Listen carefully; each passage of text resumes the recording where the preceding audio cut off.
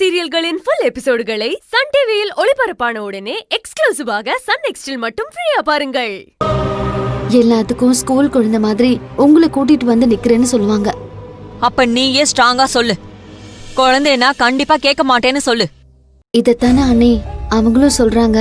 இன்னைக்கு ஒண்ணு இருக்கும், நாளைக்கு ஒண்ணு இருக்கும். எதுக்கு இந்த வம்பு? பேப்பர்ல எழுதி கொடுத்துருங்கன்னு கேக்குறாங்க. என்ன செவந்தி இது? இந்த ரகுக்கு எங்க போச்சு புத்தி?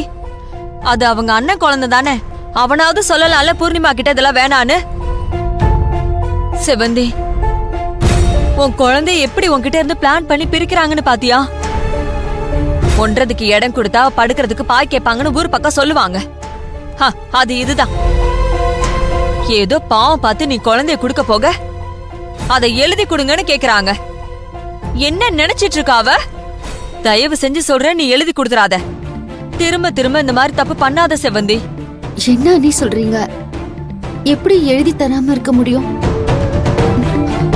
எழுதி தரலனா நாளைக்கு முகத்தை தூக்கி வச்சுக்கிட்டு அதே வீட்டுல எப்படி இருப்போம்?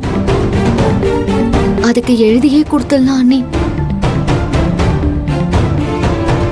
அப்படி என்ன கெடுதல் பண்ணிட போறாங்க?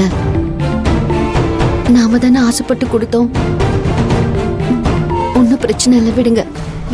இப்ப நீ எழுதி கொடுப்ப. நாளைக்கு அந்த குழந்தைக்கு சொத்துல பங்கு இருக்கு, சொத்தை எழுதித்தான்னு சொல்லி அவ கேப்பா. இப்படியே ஒன்னொன்னா உன்கிட்ட இருந்து எல்லாத்தையும் அவ எழுதி வாங்கிப்பா. விடுங்க அண்ணி, நடக்கும்போது நடக்கட்டும், பாத்துக்கலாம். சொல்றத சொல்லிட்டேன், இதுக்கப்புறம் ஓ இஷ்டம்.